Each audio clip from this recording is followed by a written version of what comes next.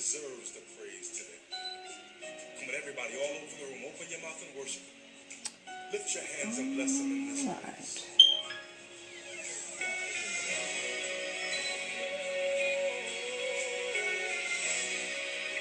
All right, hello, everyone.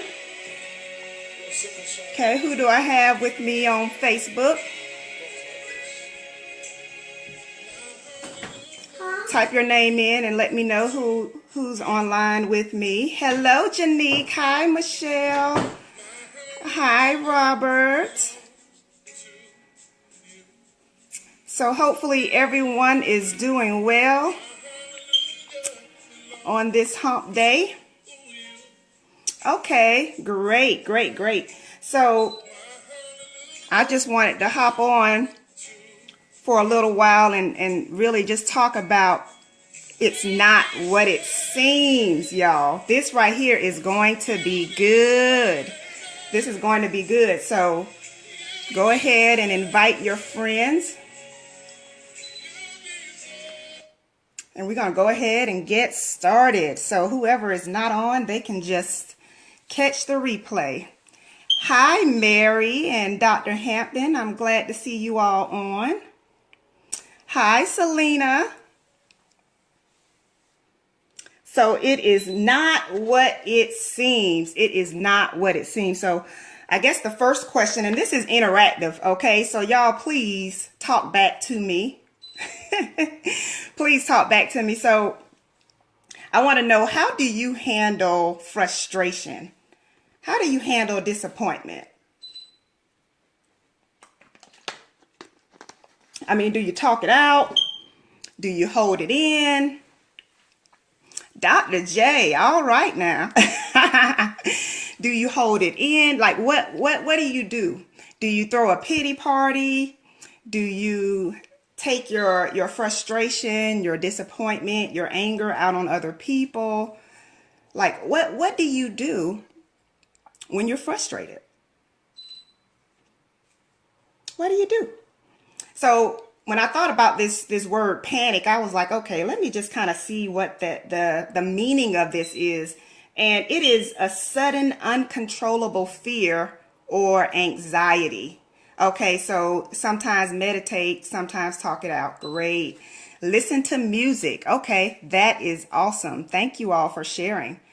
So when you start to panic, you have this uncontrollable fear and anxiety, which can actually cause you to behave in ways that really don't align with who you truly are.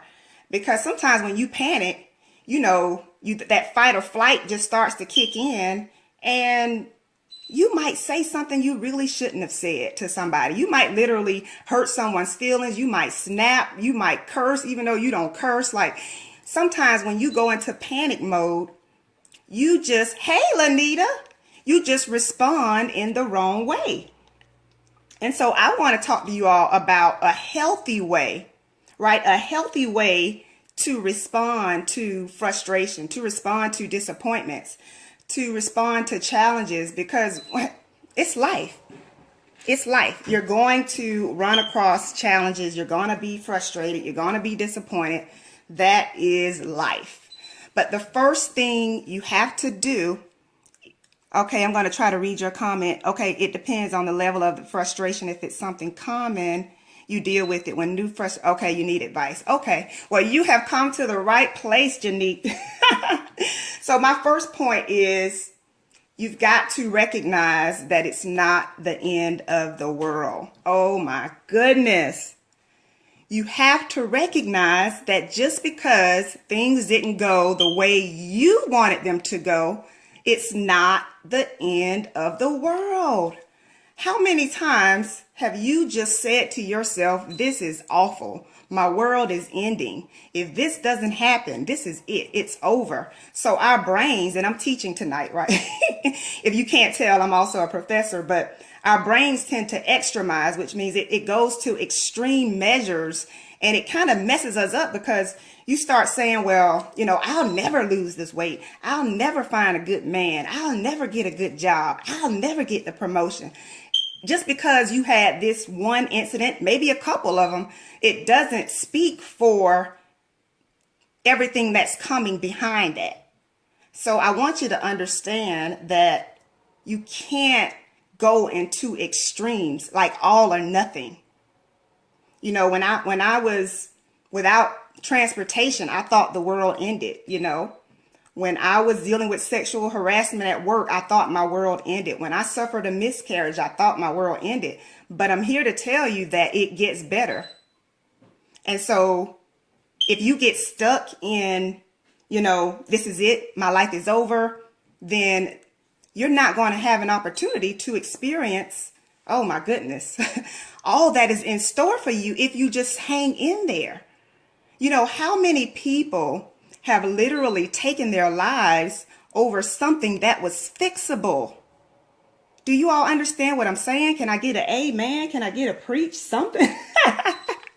Because our situations are usually not as bad as we make them out to be in our minds. You know, you can literally think yourself into a state of anxiety. You can think yourself into a state of depression. It's so easy for your mind to go there. So you have to literally train your mind to say, look, I'm not going in that direction. You don't control me. I control you. I'm the captain of this ship. I'm telling you, you have to. You have to. It's all about perception. How do you see your situation? Do you see it as final, or do you see it as preparation for something better? Oh my goodness. Somebody got to type that in. Do you see your situation as final, or do you see your situation as preparation for something better? Look, I needed that when I was in a bad, I needed that when I was in college. Okay, because that was certainly not final. I was settling. Right. Oh my goodness, y'all. Because when you start to feel discouraged, I'm just challenging you to say, I've got to replace these thoughts with the truth. I got to replace these lies with the truth. Thank you, Michelle. Thank you, Mary. It's all about perception. So when I struggled with low self-confidence, when I thought that I was ugly, I had the same face. You know, this came to me like a couple of weeks ago. I was like, wow, my face didn't change. My skin tone didn't change. My hips didn't change. Yeah, I might have put on a couple pounds, but I'm the same Jessica that I was when I hated myself. When I looked in the mirror and tore myself apart, I'm the same person. The only thing that changed was my perception of me. Oh my goodness. I know I'm talking to somebody.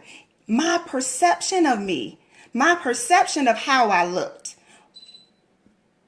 You see what I'm saying? Because I thought, sometimes I'm like, wow, how could I have thought that nobody else would want me? How could I have thought that? But that's the kind of stuff that we sometimes say to ourselves. And tonight I want to talk you all out of the pity party and the self-bashing and the self-blaming. And I want to talk you into getting what rightfully belongs to you, because it's not what it seems. Your situation is not what it seems. I promise you this. If you would do this, and I got a few more points, but if you would do this, if you would replace your negative thoughts with uplifting thoughts, I'm telling you, you can combat it immediately. You can't stop them from coming. This is how our minds are programmed. If you make a mistake, your mind might just be like, now that was so stupid, or you are so stupid, or how could you have said that? How could you have done that? How could you have missed that question? How could you have failed during this interview? Or whatever the situation is. Your brain is going to say that, but you've got to talk back to yourself, and you've got to start speaking and declaring what is right about you, what your truth is. What is your truth? You know, I am beautiful. I am intelligent. I am smart. Anybody who is in relationship with me, hey, they are the lucky ones. I mean, that's how I see it. I mean, you can call it conceited, but I believe it's just confident. I believe I believe that I have it going on, right? And I want y'all to believe the same thing, because you teach people how to treat you. Oh my goodness. You teach people how to treat you. And this is one of the things I tell my mentee. As long as you keep putting up with it, they are going to keep doing it. Until you put your foot down. Okay, I'm not even going to go there. But, I can stay on there for a while. But until you put your foot down, I don't care if it's your husband. I don't care. You cannot be a doormat. Look, I came into a situation where I was really struggling with low self-confidence. And therefore I allowed someone to walk all over me. I allowed someone to repeatedly cheat on me. I allowed someone to put their hands on me. Why? Because of how I felt about myself. Okay, so I'm going to get off of that. Let me go to my next point. Let me go to my second point. So my second point, as I'm talking about it's not what it seems, is that rejection usually indicates that you were aiming too low. Oh my goodness. See, this right here makes me want to get up and run around the room. So when I'm preparing for what I'm going to share with you all, I feel it before I even say it. So it's like, ooh, this is if it's not good to you, it is good to me. Rejection usually indicates that you were aiming too low. How many times have you aimed too low? How many times? And then we get upset because they don't want you in their circle. No, you are aiming too low. Now I'm looking back thank you. Thank you. Thank you for not letting me roll with y'all, because look where I am now. Okay, thank you for screwing up. Thank you for the breakup. Why? Because now I've got something better, or I'm in preparation for something better. Thank you. Oh my God. See, when you go to make choices, and this kind of goes back to what I talked about last week when valuing your yes. If you haven't seen it, definitely check it out. But this goes back to your decision making and not just jumping into things. So when you make a decision, are you consulting with God? Oh my goodness. Are you consulting with God before you make that decision? Are you going after what you desire? Or are you just okay, God, I'm going to wait on you. Lord, have mercy. This is a long, hard wait. This is a long, hard wait. But God, I'm going to wait on you. Because I'm telling you, when you start doing things based upon what you want, what you desire, or what you're lusting for, you might be setting yourself up for some disappointment and frustration. So, this might step on some toes, but sometimes our disappointments and our frustrations are brought on by us. They are brought on by our own decisions because we don't want to wait. Oh my God. Woo. Yes, Belinda, be still and know we don't want to wait. This is a microwave society. We want it right now. No, we wanted it yesterday, God. What's taking you too long? I'm almost 30. I'm almost 40. But when you sit back and you realize that a lot of the times the decisions you've made, oh my God, they didn't work out. Not because God was punishing you, but because God was saying, baby, I have something so much better in mind for you. He's not trying to take anything from you. He's trying to get something better to you. But you trying to hold on to something with a closed fist. And unless you release it, oh my goodness, you can't get what he has for you. You got to say, God, I'm willing to let go of whatever you ask me to let go of. No matter how much I love this person, no matter how much I love his job, no matter how much I love whatever it is he's asking you to walk away from. Oh my God, you got to be willing to be obedient. You got to be willing to be patient. And you've got to understand that far too often we aim too low. It says that we have no idea of what he has in store for us. This is what the word says. I mean, I'm not making this up. I'm not making this up. And sometimes we stress ourselves out trying to force stuff. You're trying to force relationships. You're trying to force people to like you. You're trying to force people to take your advice. But some people don't want it. Some people aren't ready. Are y'all hearing me? Okay, somebody's hearing me. Somebody is hearing me. And so this is like trying to put your size 9 foot in a size 7 shoe. Like, you are bound to be uncomfortable if your foot even gets in there.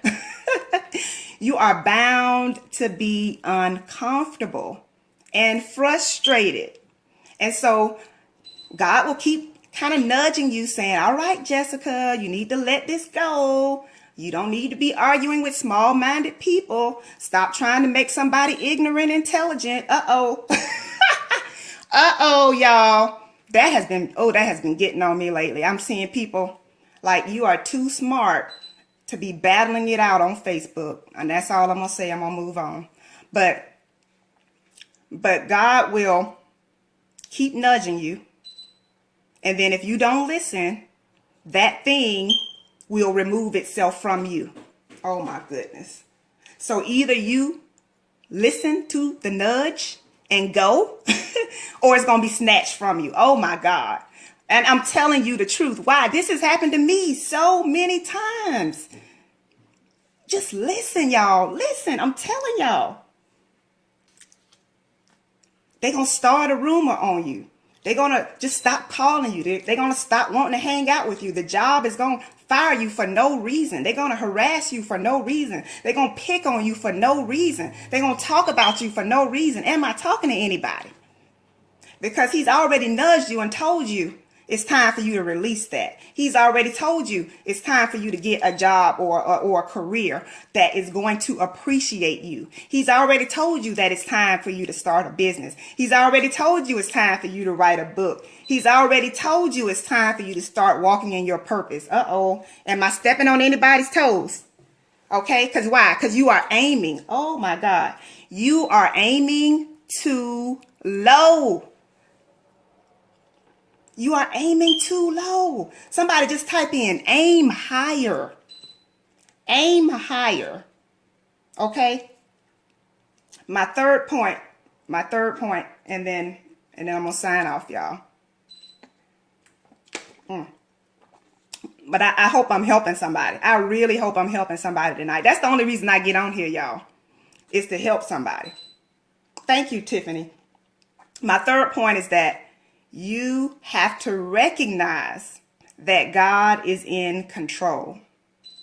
You have to recognize that God is in control. Do you all understand that everything is under your feet? Oh my God, y'all. Everything is under your feet. Everything you are dealing with is under your feet. The battle has already been won. Oh my God, y'all. The battle has already been won. The story has already been written. All you got to do is walk in the authority that God has given you. All you have to do is walk in the authority that God has given you. So who are you going to believe? Who are you going to believe? Are you going to believe the lies? Or are you going to believe the truth? Are you going to believe the word of God? Or are you going to believe what your mind is telling you? Your mind will play tricks on you. Now, I might be telling my age, but there was a song out. There was a song out back in the day. I don't know if it was the 80s or the 90s, but it had to be the 90s. My mind is playing tricks on me. Yes, your mind will play tricks on you. It will tell you that you're not worthy, that you're not smart, that you can't get a better job, that you can't find anyone else to love you the way this person loves you. But that is a lie. The devil is a liar. The devil is a liar, y'all.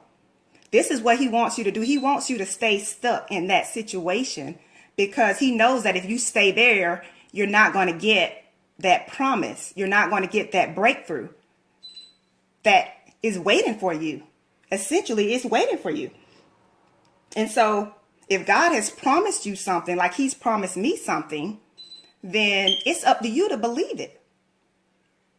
And if you're still worrying, if you're still super stressed, then that indicates that you are struggling with belief. And if you're struggling with belief, then you are hindering your breakthrough. Oh my God. If you are struggling with your belief, then you are hindering your breakthrough. Like if you didn't take anything away tonight, which you should have taken away some nuggets, but you gotta fix your faith. You gotta work your faith, because far too often people don't get what they're supposed to get because they don't believe it. They've already talked themselves out of it. And it's like, come on. Do you realize that you're blocking your breakthrough by not believing? And God is saying that this is what he said to me. I know you're not seeing what you want to see right now.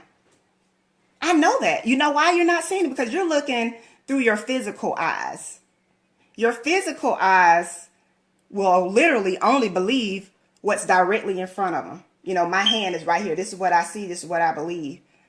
But oh my goodness, when you can get to a place in your spirituality and your spiritual walk, which is where I have gotten, you understand that you've got to start getting excited over what you don't see.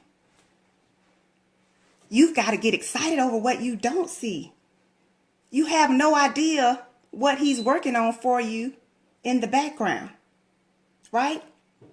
Can you get into the spiritual realm? Because it happens first in the spiritual realm before you even see it. And so for me, I already know that I'm going to be a millionaire. So no, it's not in my bank account yet. But God said all he got to do is release it and it's coming. So somebody say it's coming, it's coming, it's coming. It's coming. Yes, it's coming. So as I close, you know, all I want you all to do is just trust that your situation will improve, that it will get better, and that you have not seen anything yet. So if this has been a blessing to you, I ask that you will share it with your peers. And I want you all to have a great evening, and I'll see you all next week. So God bless. Yes. All right, Periscope signing off. All right. Good night, Facebook.